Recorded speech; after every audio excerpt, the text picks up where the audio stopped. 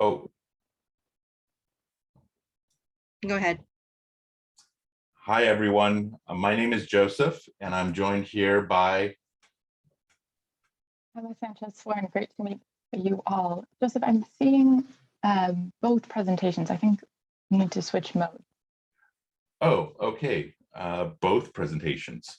Hold on 1 second then. So 1 second, everyone. Just going to adjust, stop sharing, and going to jump in on just sharing the one computer, the one screen. I hope that works with any luck. So I wanted to say hello to everyone. My name is Joseph. I'm going to be talking to you about, well, grad school, really, because you are all here thinking about your future, and you're all here because you want to consider grad school for your future. And what we're going to talk about over the next 10 minutes or so be with Emma, and is about the TRP, and really, what is it about our program that is something that you may want to consider.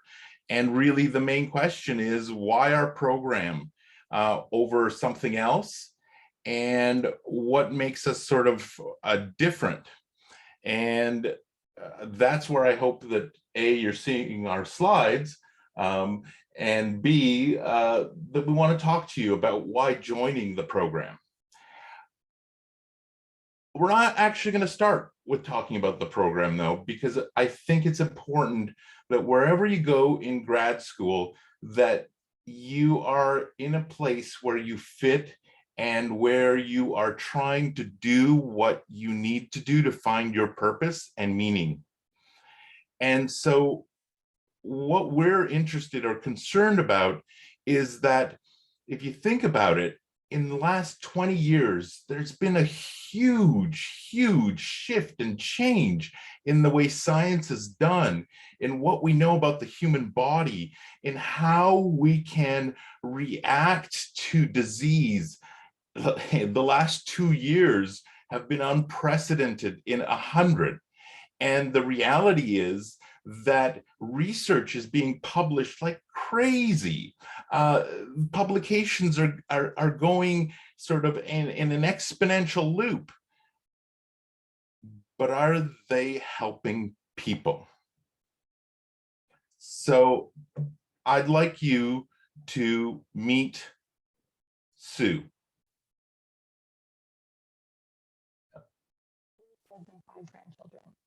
Sorry, Emma, you're a little quiet. Oh, sorry. Can you hear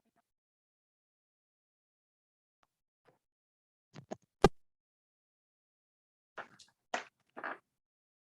Is that coming? Much better. That's better? Okay, sorry about that. So yes, meet Sue. Sue has three kids, 5 grandkids, and she's in a long-term care facility, but few of them are able to visit her because they say her dementia is getting worse. Now, we have research that may help Sue. I'd like you to also meet Sadesh. So Sadesh is depressed and feels isolated. He's never been to a sleepover, and he's called names at school because he wears a diaper. And he has a rare form of childhood incontinence and is in the 1% of children who do not respond to the standard of care. Now, we also have research that may help him.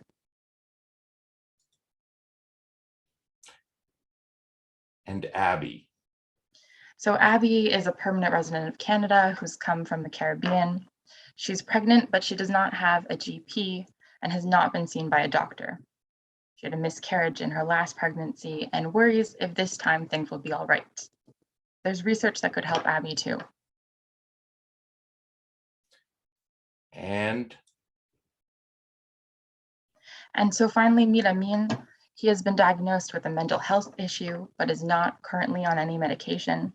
His doctor, a GP, has prescribed several medications, but they haven't worked, and he can't get him to see a psychiatrist. His mental state is getting worse. There's research that may help Amin. But the real question is, with all this research, with all these innovations that we're starting to see, all these publications, all the stuff that's being done in the lab, who will translate this research into action? Who will take this knowledge and make it into things that actually help Amin and Sadesh and Abby and Sue?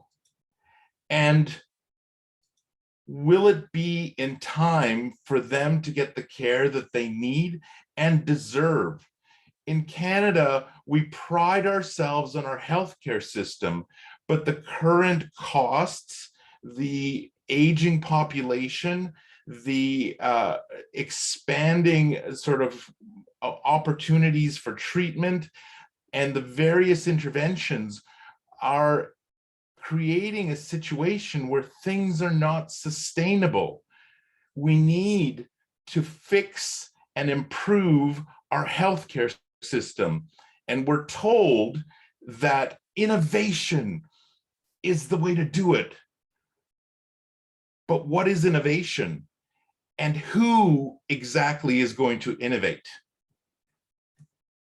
So the translational research program is about helping you understand how to take observations in the clinic, in the real world, in the community, in laboratories, and shape them into interventions that actually have real impact on the Sues and Sadesh's and Amin's and Abby's who are waiting for the research to help them, to give them a better quality of life. And that is what our program does, is helps you to help others and have impact.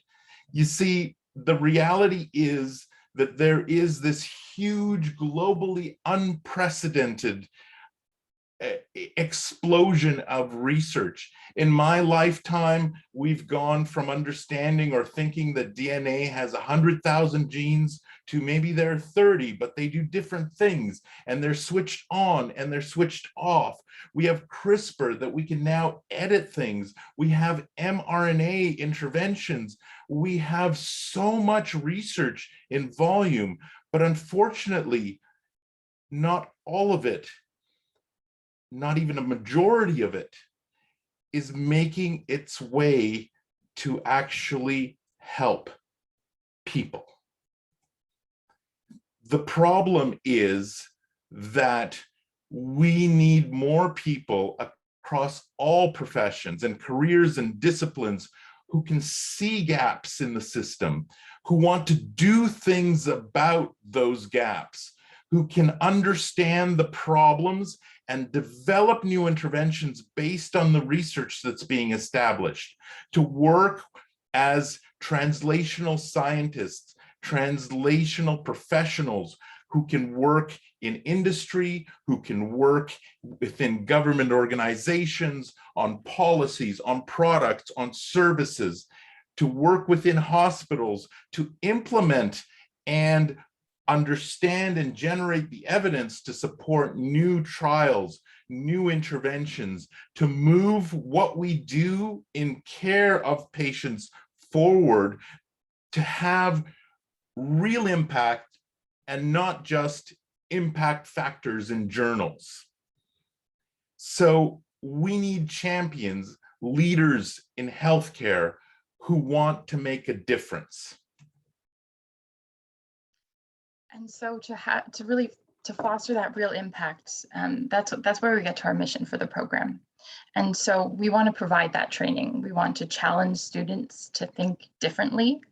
And this means developing creative problem-solving skills that are needed to see issues from multiple viewpoints, to diverge from status quo where it's falling short, to collaborate and innovate in ways that can improve medicine, health, and care. And this drives the way the program operates. And so what we have and what we offer is three things, actually. We offer a toolkit of tools that enable you to develop problem-solving and competencies that help you innovate, an approach, the foundation of the program of how we teach, and a community that we work with. So let's talk a little bit about problem solving. So here is a simple, tiny little square. And I realize that I don't necessarily see or can see, maybe Emma, you can in the chat, responses from the people listening. What I'd like to challenge you to do is take a minute and find as many ways as possible to divide this square into 4 equal parts. 4 equal parts. How can you divide this square?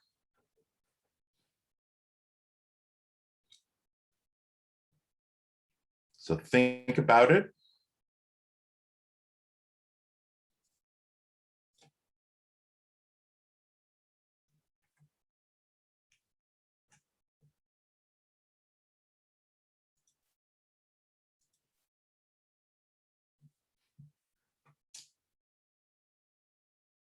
All right.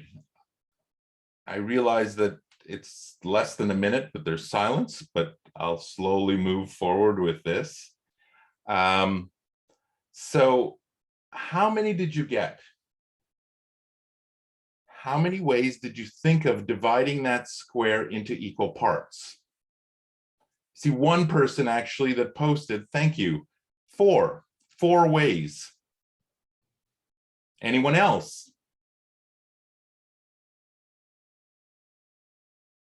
Anyone get more than 4 ways to divide this square? You can post in the chat and I can now see it. Anyone get up to 7? Anyone get 15? Anyone get 16? So the point of this actually is it's an exercise in your approach to problem solving, not necessarily how many you get. The way of approaching problems has typical ways. So the most typical way that we approach this problem, and I did it myself when I first did this, is to split the square in a grid. You either horizontally and vertically shift a line and you get 4 parts, or you do it diagonally and you get 4 equal parts. Both satisfy the challenge. Another way of thinking about this is to try and figure out a systematic way of approaching the problem. One systematic way is to divide this square into a grid, because the problem asks you to divide it into 4 equal parts, but does not specify how to do it. If you divide the square into a grid, you then notice there may be potential for other ways of having 4 equal parts. The 4 lines, then there are 4 shapes like in Tetris that build together, 4 other shapes, and so on. And what you get is potentially 4 ways, 4 equal ways of splitting this square. Now it's 2 more actually than the first attempt. And with the first attempt, you now have at least 6 ways of dividing this square. But the problem with applying any systematic approach that has very rigid rules is that often there are elements that miss the rules. So, for example, if you remember the pyramid, the horizontal dissection, that doesn't fit the grid that we just devised. So if you had just approached it from a strictly systematic way, using those established rules, you would have missed the pyramid. The truth is, actually, you would have missed a lot of things, because outside of one system, there are many other ways to think of alternative systems and alternative approaches. So actually, if you think about it, if you start using an equal a way of segmenting this square, there are almost an infinite number. There are an infinite number of ways that you can segment into equal parts. We don't know that usually. That's not our first inclination, because we tend to fall back on the way we know how to do things. And so what we provide you with is a framework and practice and ability to help you problem solve, to approach problems from typical, systematic, and alternative ways to get at the interesting bits of innovation. Pedagogy. So now we're on to the second pillar of this program, which is really how we facilitate that kind of learning. And it's a pretty unique approach in that we combine customizable coursework with team-based, real-world translational challenges, as well as mentorship and networking. So it's meant to be very self-directed, problem-based, reflective. We recognize that all of the challenges you're going to encounter in healthcare and beyond are different. You can't follow a rigid 1, 2, 3, all the way up to 10-step approach. That won't work in the real world. So the way we focus is on building your competencies and making sure that you have those skills and tools to be a successful translator. And so how do we do this? Instructors facilitate through mentorship and feedback rather than didactic lecturing, and students are supported in individual plans and self-directed learning. You'll work in interprofessional teams on real-world challenges to help you build those tools. So one of the things in terms of real world challenges that we want to give you an example of is our program includes the second portion of it. For a year, you work on a capstone. This is a real capstone team, and they actually looked at an unmet need for children who have incontinence issues that did not respond to treatments that are the standard of care. In 8 months, they found an alternative therapy. They contacted the children and their parents to find out if this was something they would be interested in. And they managed to get approved clinical trials to pilot this intervention at sick kids. Real world problem, real world challenge, real world implementation for real world impact. And the way we do this is not by teaching you out of a textbook or by telling you how to do things, but actually giving you opportunities to improve competencies around critical thinking, creativity, problem solving, effective communication and leadership, team building, collaboration, networking, and risk management. Those become part of your toolbox that you take with you from the program into your future careers, whether those careers lead you to industry, startups, government jobs, clinical responsibilities, or even further education. Our graduates go on to a number of different opportunities because the program serves as a platform to teach you the skill sets and the competencies that can be applied to innovate anywhere. So community, you've got the skill set, you've got those competencies. We want to support you also in establishing the networks you'll need to then take those forward. So what does this mean? Our students take what they're learning far beyond the classroom. We've got a few examples here. There's a lot of student-led initiatives. So we have the TRP Fitness Club, which focuses on improving mental and physical health through inclusive and fun exercise. We have a student-led anti-racism committee. And we also have students who've started an Impact Gap podcast, which features patient-centered stories and perspectives, kind of the first podcast to really create that platform for patients to have a place to share their perspectives. We also have frequent networking, mentorship programs, peer-to-peer learning. So we're really trying to both make the most of the kind of multidisciplinary and the range of perspectives that you'll find in our program, and also our connections beyond the university, and also just give you that both the tools to network well and a platform to build a network off of. So as Joseph's mentioned, our students vary greatly, both in terms of educational background. Certainly we have students who study health sciences, but we also have students who study arts and business and law. There are many different paths from which to come to our program.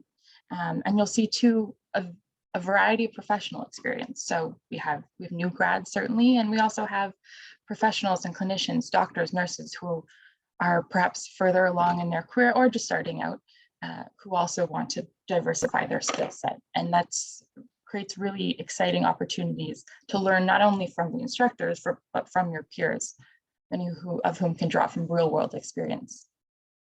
So what are we looking for? People who want to take initiative, collaborate, solve problems, have impact on health and care, and champion medicine, health and care. So TRP is for people who want to improve lives, for people like Sadesh, Amin, Abby, Sue, and many, many more. And if you want to help to improve lives, let's talk. Challenge yourself to learn differently.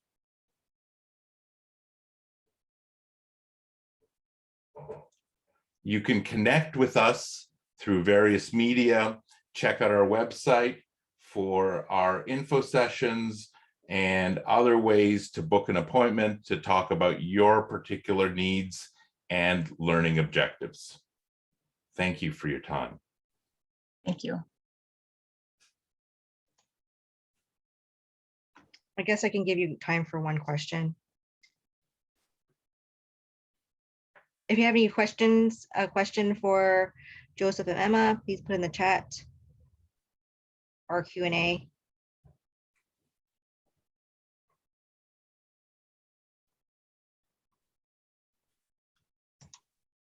If questions come to you kind of in the next few days, I just wanted to let you know that we'll be having an info session on November 10th.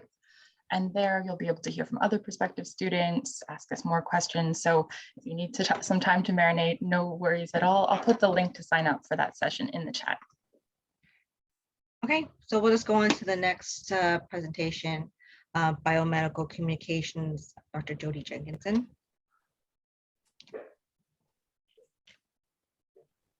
And I'll stop